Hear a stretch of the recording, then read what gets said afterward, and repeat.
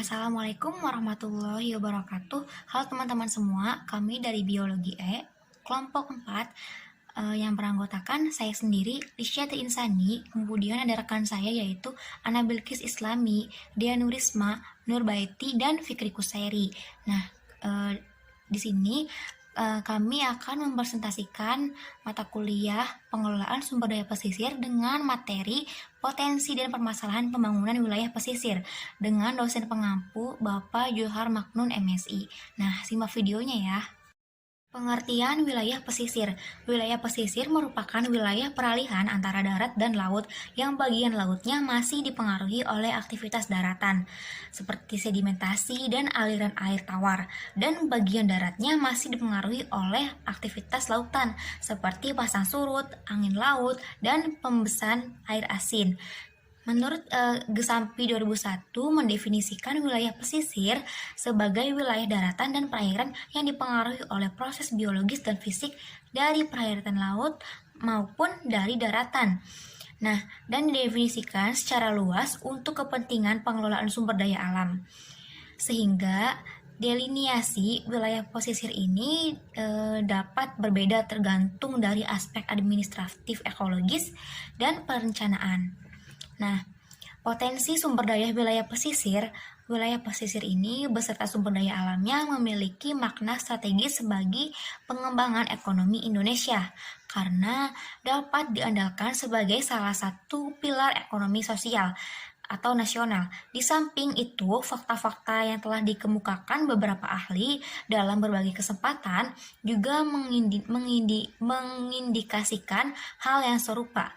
Fakta-fakta tersebut antara lain: 1. Secara sosial, wilayah pesisir dihuni tidak kurang dari 132 juta jiwa atau 60% dari penduduk Indonesia yang bertempat tinggal dalam radius 50 km dari garis pantai. Dapat dikatakan bahwa wilayah ini merupakan cikal bakal perkembangan urbanisasi Indonesia pada masa yang akan datang. Yang kedua, dari total 514 kabupaten atau kota yang ada di Indonesia, sekitar 300 kabupaten atau kota berada di pesisir. Yang ketiga, secara ekonomi, hasil sumber daya pesisir telah memberikan kontribusi terhadap produk domestik bruto atau PDB nasional sekitar 30%. Nah, selain itu, pada wilayah ini juga terdapat berbagai sumber daya masa depan atau future research dengan memperhatikan sebagai potensinya yang ada pada saat ini belum dikembangkan secara optimal seperti sumber energi dan farmasi. Yang keempat, wilayah pesisir Indonesia memiliki peluang untuk menjadi produsen atau eksporter sekaligus sebagai simpul transportasi laut di wilayah di wilayah Asia Pasifik. Nah, hal ini menggambarkan peluang untuk meningkatkan pemasaran produk-produk sektor industri Indonesia yang tumbuh secara cepat, sekitar 4-9%. Nah, kemudian yang kelima, wilayah pesisir juga kaya akan beberapa sumber daya pesisir dan laut yang dapat dikembangkan lebih lanjut meliputi pertambangan dengan diketahuinya 60% cekungan minyak, kemudian perikanan dengan potensi 9,3 juta ton per tahun yang tersebar pada 11 wilayah pengelolaan perikanan, kemudian pariwisata bahari yang diakui dunia dengan keberadaan 21 spot potensial, dan keanekaragaman hayati yang sangat tinggi atau marine biodiversity sebagai daya tarik bagi pengembangan kegiatan atau ekoturis. Nah, yang keenam, secara biofisik, wilayah pesisir Indonesia merupakan pusat biodiversitas laut tropis dunia karena hampir 30% hutan bakau dan terumbu karang dunia terdapat di Indonesia. Nah, materi selanjutnya akan dipaparkan oleh rekan-rekan saya.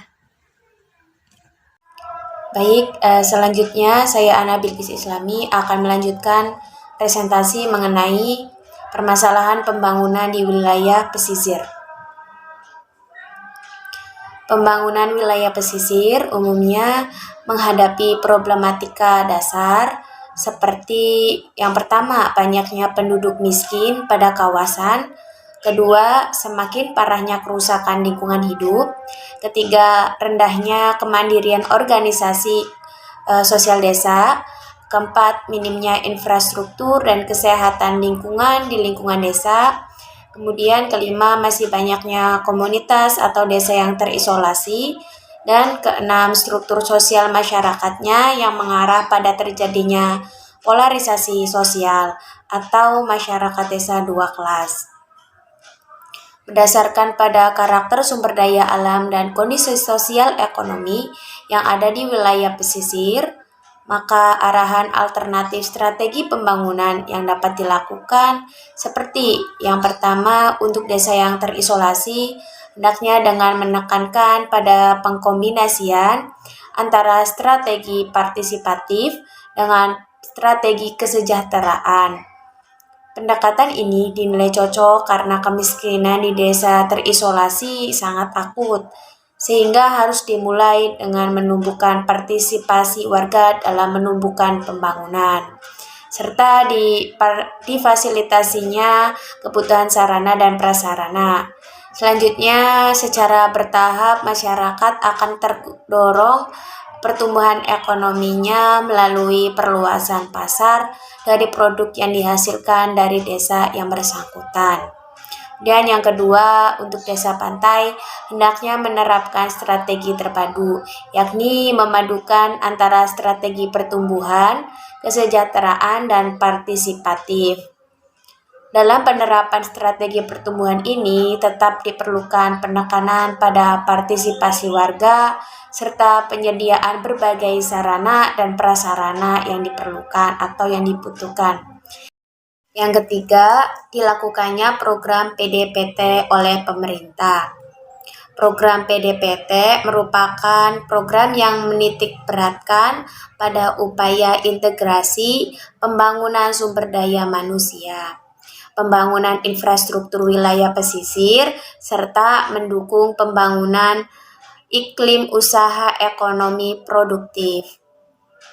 Untuk menyelesaikan persoalan-persoalan pokok yang dihadapi oleh komunitas desa pesisir, PDPT memiliki bina program yang diterjemahkan menjadi 5 bina, yakni bina manusia, bina usaha, bina sumber daya, bina lingkungan, dan bina siaga bencana. Oke, poin selanjutnya itu poin D, pentingnya mengelola lingkungan pesisir. Nah, berdasarkan keputusan Menteri Kelautan dan Perikanan nomor Kep.10/Main/2002 tentang pedoman IMIM perencanaan pengelolaan pesisir terpadu.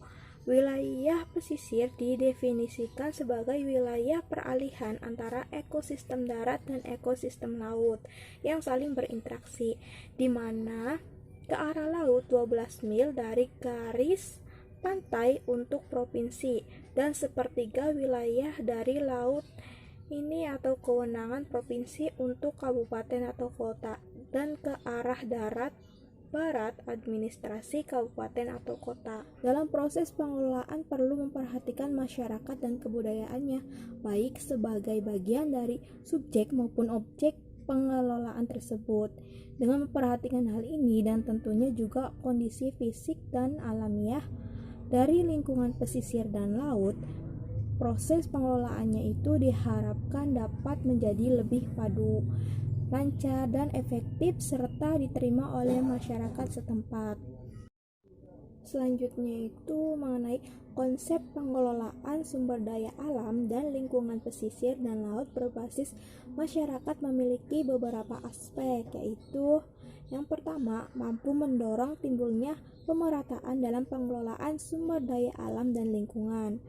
Kedua, mampu merefleksikan kebutuhan masyarakat lokal yang spesifik. Yang ketiga, mampu meningkatkan manfaat lokal bagi seluruh anggota masyarakat yang ada. Yang keempat, mampu meningkatkan efisiensi secara ekonomis maupun teknis. Dan yang kelima itu responsif dan adaptif terhadap variasi kondisi sosial dan lingkungan lokal. Yang keenam, mampu menumbuhkan stabilitas dan komitmen. Dan yang ketujuh, masyarakat lokal termotivasi untuk mengelola secara keberlanjutan. Peran pemerintah dan masyarakat dalam pengelolaan sumber daya dan lingkungan seoptimal mungkin harus seimbang, terkoordinasi, dan tersinkronisasi. Hal ini penting dilakukan mengingat pemerintah mempunyai kewajiban untuk memberikan pelayanan terhadap masyarakat, termasuk mendukung pengelolaan sumber daya dan lingkungan demi sebesar-besarnya kepentingan dan kesejahteraan masyarakat. Di sisi lain, masyarakat juga mempunyai tanggung jawab dan turut berperan serta untuk menjaga kelestarian dan keberlanjutan sumber daya alam dan lingkungan. Selanjutnya akan disampaikan oleh rekan saya. Selanjutnya, potret pembangunan pesisir. Yang pertama, pertumbuhan ekonomi yang dihasilkan pada umumnya bersifat ekstraktif, tidak berkelanjutan dan hanya dinikmati oleh sebagian penduduk. Yang kedua, kawasan pesisir sebagai keranjang sampah dari berbagai jenis limbah dan sedimen yang berasal dari kegiatan di darat. Yang ketiga, konflik egoisme sektoral, di mana sektor-sektor yang dapat menghasilkan cash money jangka pendek tidak memerlukan kualitas lingkungan yang tinggi. Yang keempat, ketidakseimbangan tingkat pemanfaatan dan kerusakan lingkungan antar wilayah. Faktor-faktor yang perlu diperhatikan yaitu 1. Pemerintah harus memiliki inisiatif dalam menanggapi berbagai permasalahan degradasi sumber daya yang terjadi dan konflik yang melibatkan banyak kepentingan. Yang kedua, batas wilayah hukum secara geografis harus ditetapkan. Yang ketiga, dicirikan dengan integrasi 2 atau lebih sektor didasarkan pada pengakuan alam dan sistem pelayanan umum yang saling berhubungan dalam penggunaan pesisir dan lingkungan. Penyebab kurang keberhasilan pembangunan pesisir. Yang pertama, penerapan paradigma atau pola pembangunan yang secara dominan mengejar keuntungan jangka pendek, kurang atau tidak mengindahkan sustainability. Yang kedua, pola mekanisme pembangunan yang sentralistik, top down, dan sektoral atau terpilah-pilih. Oke, selanjutnya yaitu mewujudkan pembangunan pesisir secara berkelanjutan. Pembangunan untuk memenuhi kebutuhan saat ini tanpa merusak atau menurunkan kemampuan generasi mendatang untuk memenuhi kebutuhan hidup dan aspirasinya. Ada beberapa indikator untuk mewujudkan pembangunan pesisir secara berkelanjutan. Yang pertama ada efisiensi ekonomi, yaitu konsep yang terkait pada kegunaan, pemaksimalan, serta pemanfaatan sumber daya dalam proses produksi dan barang. Terus yang kedua ada social equality, keadaan di mana semua orang dalam masyarakat tertentu memiliki hak, kewajiban, dan status yang sama. Terus yang ketiga ada ekologi sustainability, yang memiliki arti bahwa sistem biologis tetap mampu menghidupi keanekaragaman hayati dalam produksi tanpa batas. Dalam hal tersebut bisa dicapai dengan cara kehidupan manusia yang tidak memanfaatkan dengan cara mengeksploitasi sumber daya alam hingga merusak ekologi atau keseimbangan ekologi yang ada di daerah tersebut. Yang keempat yaitu persatuan dan kesatuan bangsa. Selanjutnya yaitu tujuan pengelolaan kawasan pesisir menurut pasal 4 Undang-Undang Nomor 27 Tahun 2007 tentang pengelolaan wilayah pesisir dan pulau-pulau kecil. Tujuannya yaitu yang pertama, melindungi, mengonservasi, merehabilitas, memanfaatkan, dan memperkaya sumber daya pesisir dan pulau-pulau kecil serta sistem ekologis yang secara berkelanjutan. Yang kedua, memperkuat peranan serta masyarakat dan lembaga pemerintah serta mendorong inisiatif masyarakat dalam pengelolaan sumber daya pesisir dan pulau-pulau kecil agar tercapai keadilan, keseimbangan, dan bisa berkelanjutan. Yang ketiga, menciptakan keharmonisan dan sinergi antara pemerintah pusat dan daerah dan pengelola sumber daya pesisir dan pulau-pulau kecil. Terus yang terakhir, meningkatkan nilai sosial ekonomi dan budaya masyarakat melalui pemanfaatan sumber daya pesisir dan pulau-pulau kecil. Selanjutnya yaitu pentingnya kawasan pesisir. Seperti yang kita ketahui, sumber daya pesisir terdiri dari sumber daya hayati dan sumber daya non-hayati. Adapun sumber daya hayati yaitu seperti ikan, karang, dan mangrove.